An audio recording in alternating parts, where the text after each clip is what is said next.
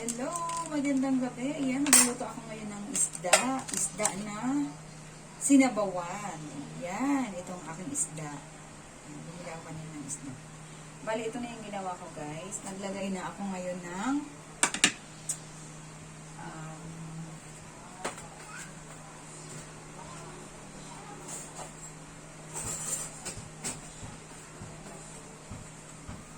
papakuluin ko na yung kamatis at sibuyas at siling green. Ayan.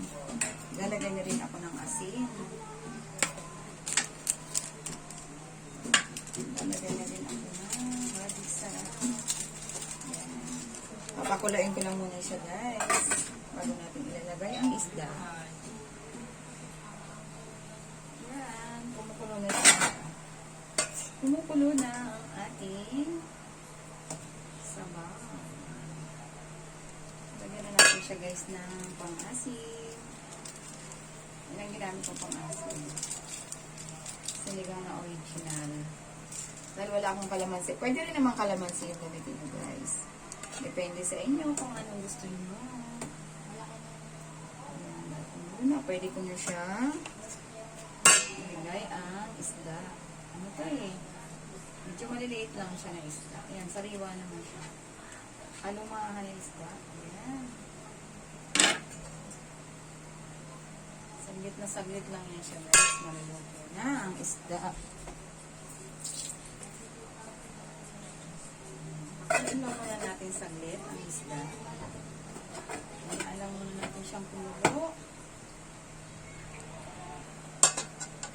Ito din ang aking ilalagay. Ang kangkong. Pechay. Sorry, pechay. Ayan, pechay. Para maiba naman.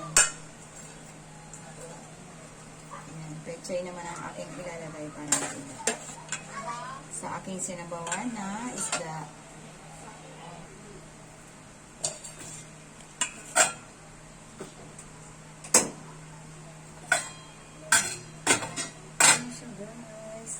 Nalagay ko na ngayon ang pechay. Ayan, dahil ito lang naman ang isda. Napakadali ng luto ko niyan. Konting kulo na lang siya, guys. Ayan siya, guys. Luto na ang sinabawang isda. Ayan. Ayan na ang sinabawang isda. Ayan siya, guys. Luto na. Maraming salamat sa panonood.